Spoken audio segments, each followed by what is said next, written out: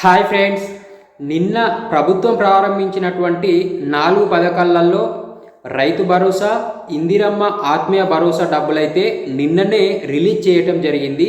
కానీ నిన్న హాలిడే కావడం వల్ల ఆ డబ్బులు అనేది ఈరోజు రైతుల ఖాతాలలో, ఇందిరమ్మ ఆత్మీయ భరోసా లబ్ధిదారుల ఖాతాలలో జమ కావటం జరుగుతుంది.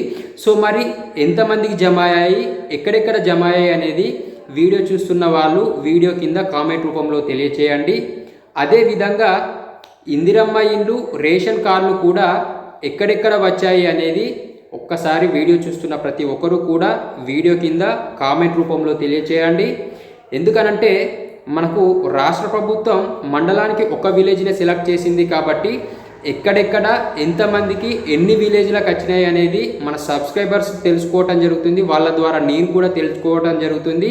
సో దాని మీద ఒక క్లారిటీ అయితే మన సబ్స్క్రైబర్స్కు రావటం జరుగుతుంది.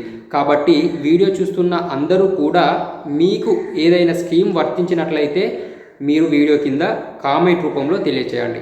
సో ఫ్రెండ్స్, ఈ వీడియోలోకి ఇంతే. ఈ వీడియో చూస్తున్న ప్రతి ఒక్కరూ జస్ట్ ఒక లైక్ చేయండి. అదేవిధంగా వీడియో ఫస్ట్ టైం చూస్తున్న వాళ్ళు ఎవరైనా ఉన్నట్లయితే మన ఛానల్ని ఇంతవరకు సబ్స్క్రైబ్ చేసుకున్నట్లయితే మన ఛానల్ని సబ్స్క్రైబ్ చేసుకోండి.